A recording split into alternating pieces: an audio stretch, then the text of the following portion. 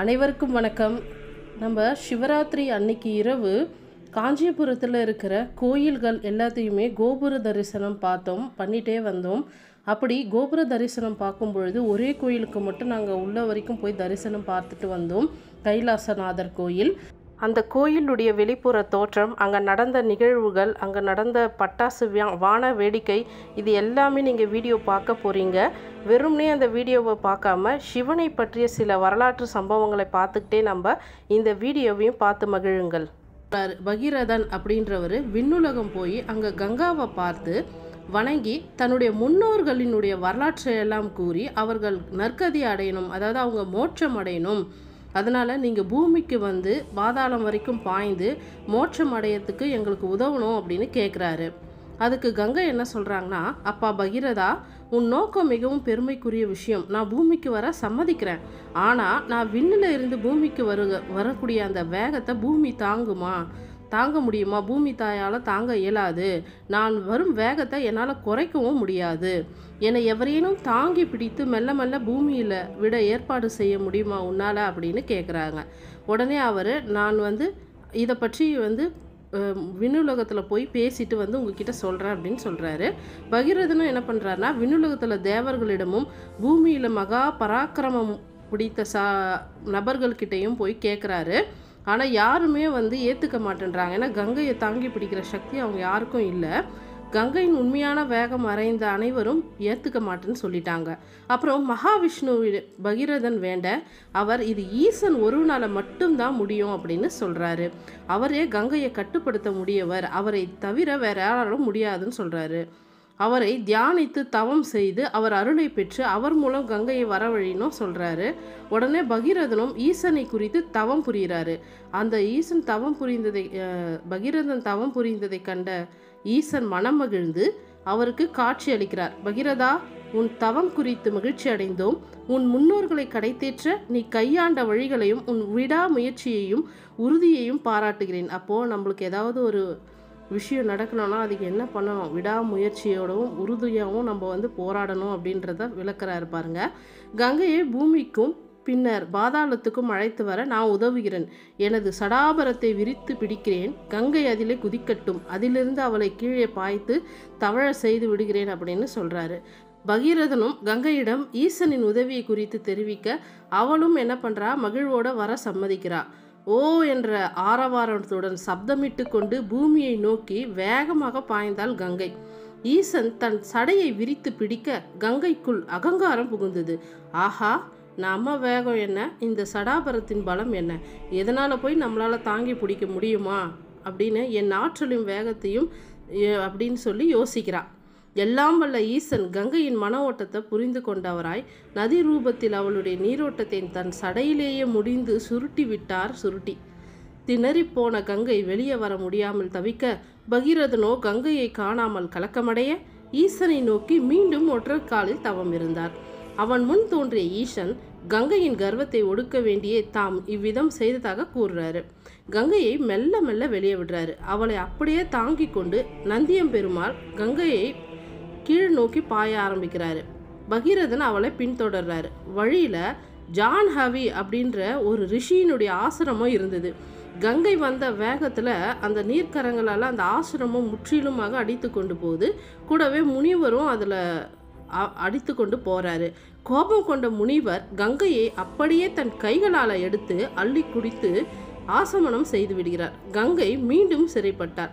பகீரதன் கலங்கியே போனான். அவனுக்கும் எவ்வளோ சோதனை பாருங்க. முனிவரின் கால்களில் விழுந்து வணங்கி தன் ஆற்றாமையும் கங்கையை மன்னிப்பு கோருமாறும் கேட்குறாரு. அவன் நிலை கண்டு இறங்கிய அந்த ஜான்ஹவி முனிவர் கங்கையை தம் செவி வழியே விடுறாரு மெதுவா. இதன் பிறகு தடை ஏதும் இல்லாமல் பாய்ந்த கங்கை பாதாளம் அழைத்து சென்றான் பகீரதன். அங்கே கபில முனிவரை சந்தித்து ஆசைகளை பெற்றிக்கொண்டு தம் மூதாதையர்களின் எலும்பு மற்றும் சாம்பலை கங்கை நீரில் நனைத்து புனிதமாக்குகிறான். அவருக்கு அந்த முன்னோர்கள் அனைவருக்கும் நற்கதி கிடைக்குது. அன்று முதலே கங்கை பூமியில் பாய ஆரம்பித்ததாக ஐதீகம். இந்த கங்கை தலையில் தாங்கிய ஈசனே கங்காதரன் அப்படின்னு அழைக்கவும் படுறாரு.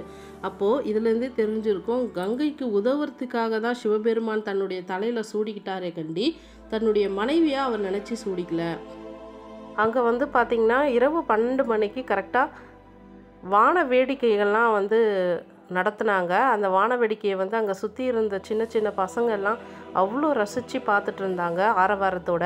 அதனால் நாங்களும் அதை பார்த்து நீங்களும் ரசிக்கணுன்றதுக்காக வீடியோ எடுத்திருக்கோம். ஸோ நீங்களும் பார்த்து என்ஜாய் பண்ணுங்கள்.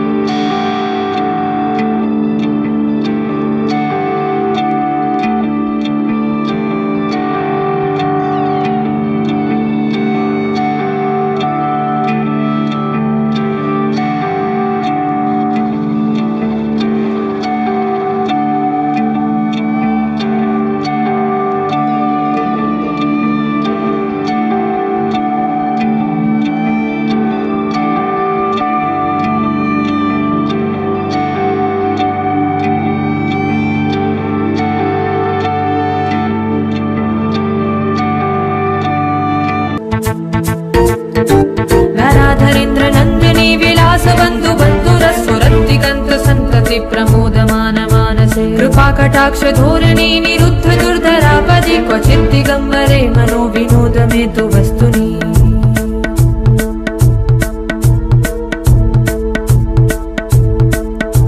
जटाभुजंग पिंगल स्फुरत् फणामणि प्रभा कदम्ब कुङ्कुमद्रवगलिप्त दिव्य धूमुखे मदान्द सिन्दूर स्फुरत् गुत्तरीय मेदुरे मनो विनोद मद्भुतं बिभर्त भूत भर्तरी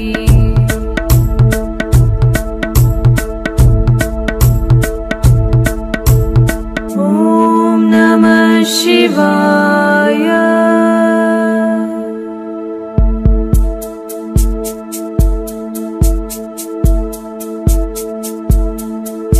सदाशिवं भजाम्यहं सदाशिवं भजाम्यहम् ॐ नमः शिवाय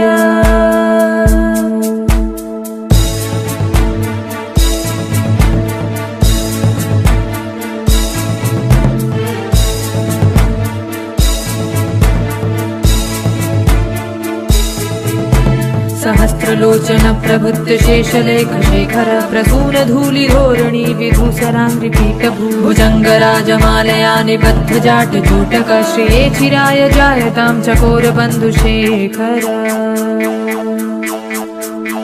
ललाट चत्वर ज्वलद्धनंजय स्फुलिंग भानि पीत पंच என்னோட நீங்களும் சேர்ந்து என்ஜாய் பண்ண மாதிரி உங்களுக்கு ஒரு ஃபீல் வந்திருக்கும்னு நான் நினைக்கிறேன். உங்களுக்கு பிடிச்சிருந்தா லைக் பண்ண மறக்காதீங்க. நன்றி, வணக்கம்.